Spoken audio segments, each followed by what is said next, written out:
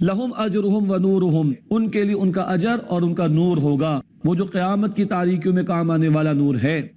والذین کفروا وکذبوا بآیاتنا، اور جن لوگوں نے کفر کیا اور ہماری آیات کو جھٹلایا، اولئک اصحاب الجحیم، یہی لوگ آگ والے ہیں۔ اللہم اجرنا من النار، اے اللہ ہم سب کو آگ کے عذاب سے محفوظ فرما۔ اب دنیا کی حقیقت بیان کی جا رہی، کیوں؟ اسی دنیا کی محبت میں ڈوب کر انسان دین سے فرار اختیار کرتا ہے اور حق کے لیے محنت نہیں کرتا۔ اس دنیا کی حقیقت کو کھول کر بیان کیا جا رہا ہے۔ ارشاد ہوا، اعلموا، جان لو، انما الحیات الدنیا لعب و لہو، یہ دنیا کی زندگی کھیل تماشا ہے، وزینت و تفاخر بینکم، اور زینت اور آرائش کا اختیار کرنا اور آپس میں ایک دوسرے پر فخر جتانے کی کوشش کرنے کا نام، وتکاثر فی الاموال والاولاد، اور کثرت سے مال اور اولاد کی جمع کرنے کی خواہش کرنے کا نام، یہ دنیا کی زندگی۔ عام آدمی انہی چیزوں کو دیکھتا ہے۔ ایک چھوٹا بچہ ہے، وہ رنگ برنگی پینسلوں کو دیکھتا ہے، خوش ہوتا ہے۔ تھوڑا بڑا ہو جائے اب اس کو گیمز چاہیے اور چیزیں چاہیے، اب رنگ برنگی پینسل دیں اس کا دل نہیں بہلتا۔ تھوڑا اور بڑا ہو جائے اب اس کا زینت اور آرائش کا شوق، ہیئر سٹائل ایسا ہو، گھڑی ایسی ہو، موبائل فون ایسا، جوتے ایسے۔ تھوڑا اور بڑا ہو تو پریکٹیکل لائف میں آ گیا، اب بیوی بچے سب کچھ ہیں تو اب فخر جتانے کے لیے کوشش ہو رہی، گاڑی کس کے پاس مہنگی، گھر کس کا بڑا، دوڑ لگی ہوئی۔ پھر بڑھاپا آ گیا، اچھا جی اب اولاد کا کیریئر بن جائے اور مال خوب جمع ہو جائے تاکہ اس بڑھاپا سکون سے گزر جائے۔ جیسے جیسے آگے بڑھتے ہیں ترجیحات بدل جاتی ہیں۔ جس بچے کو ہیئر سٹائل کی فکر ہے اب اس کو رنگ برنگی پینسلوں کی فکر نہیں، جس کو بڑھاپے میں مال اور اولاد کو جمع کرنے کی فکر ہے اس کے بال ہی نہیں تو بالوں کی فکر کہاں کرے گا۔ جیسے جیسے آگے بڑھتے ہیں پریفرنس بدل جاتی ہے، ترجیحات بدل جاتی ہیں۔ اللہ کہتے ہیں جب تم آخرت میں جاؤ گے نا تو یہ دنیا کچھ محسوس نہیں ہوگی، ساری ترجیحات ختم، سب کچھ بدل جائے گا۔ فرمایا اس کی مثال کیا ہے؟ کمثل غیث اعجب الکفار نباتہ، اس کی مثال ایسے جیسے کہ بارش برسی تو کسان کو بہت بھلی لگی، کیا؟ فصل۔ اعجب الکفار نباتہ، کسان کو فصل بڑی بھلی لگی، رنگ مارتی ہوئی فصل، لہلاتی ہوئی فصل۔ ثم یہیج فتراہ مصفرا، پھر وہ زور پکڑتی ہے، پھر تم دیکھتے ہو کہ وہ چورا چورا ہو جاتی ہے زرد ہو کر۔ ثم یہیج، پھر وہ فصل زور پکڑتی ہے، فتراہ مصفرا، پھر تم دیکھتے ہو کہ وہ زرد ہو جاتی ہے، پیلی۔ ثم یکون حطاما، پھر وہ چورا چورا ہو جاتی ہے۔ فرمایا وفی الآخرۃ عذاب شدید ومغفرۃ من اللہ ورضوان، اور آخرت میں شدید عذاب ہے اور اللہ کی مغفرت اور اس کی رضامندی بھی ہے۔ چوائس تمہارا ہے، اختیار تمہارے پاس، تم چاہو تو عذاب شدید کی طرف جاؤ اور چاہو تو اللہ کی مغفرت اور اس کی رضا کی طرف جاؤ۔ دنیا سے وہاں جاؤ گے یہ دنیا کچھ محسوس نہیں ہوگی، اصل وہاں کی زندگی ہے اب عذاب شدید یا اللہ کی مغفرت اور اس کی رضا کا معاملہ۔ وما الحیات الدنیا الا متاع الغرور، اور دنیا کی زندگی دھوکے کے سوا کچھ نہیں، اللہ اس کے دھوکے سے ہمیں بچائے۔ اللہ کے رسول صلی اللہ علیہ وسلم نے فرمایا مسند احمد کی روایت میں، اللہ کے نزدیک اگر اس دنیا کے مال و اسباب کی حیثیت ایک مچھر کے پر کے برابر بھی ہوتی تو اللہ کسی کافر کو پانی کا ایک گھونٹ بھی نہ دیتا۔ اللہ سب کو دے رہا ہے، اس دنیا کی کوئی حیثیت نہیں، مچھر کے پر کے برابر بھی نہیں۔ اصل زندگی وہاں کی ہے، اللہ ہمیں اس کا یقین عطا فرمائے۔ جب اصل زندگی وہاں کی تو اب اس کی طرف دوڑو، اس کے لیے محنت کرو، کمپٹیشن ضرور کرو، دنیا بنانے میں نہیں آخرت بنانے میں۔ فرمایا سابقوا الی مغفرۃ من ربکم وجنۃ عرضھا کعرض السماء والارض، مسابقت کرو، دوڑو ایک دوسرے کے ساتھ، کمپیٹ کرو اپنے رب کی مغفرت کی طرف اور جنت کی طرف جس کی وسعت وڈتھ آسمانوں اور زمین کی طرح ہے۔ اگر چوڑائی اتنی ہے تو لمبائی کا عالم کیا ہوگا ہم سمجھ ہی نہیں سکتے۔ اعدت للذین آمنوا باللہ ورسولہ، وہ تیار کی گئی جنت ان کے لیے جو ایمان لائے اللہ پر اور اس کے رسولوں پر۔ اللہم انا نسألک جنت الفردوس، اے اللہ ہم تجھ سے جنت الفردوس کا سوال کرتے ہیں۔ اس کے لیے بھاگ دوڑ ہونی چاہیے، اس کے لیے محنت ہونی چاہیے۔ رہی دنیا، اس کا مال و اسباب سورہ تکاثر میں بتا دیا گیا، الہاکم التکاثر حتی زرتم المقابر، کثرت کی خواہش نے تمہیں غفلت میں ڈال دیا یہاں تک کہ تم قبروں میں چلے گئے، کچھ نہیں جائے گا سوائے اعمال کے۔ ذالک فضل اللہ یؤتیہ من یشاء، یہ اللہ کا فضل ہے جس کو چاہتا ہے وہ عطا فرماتا ہے۔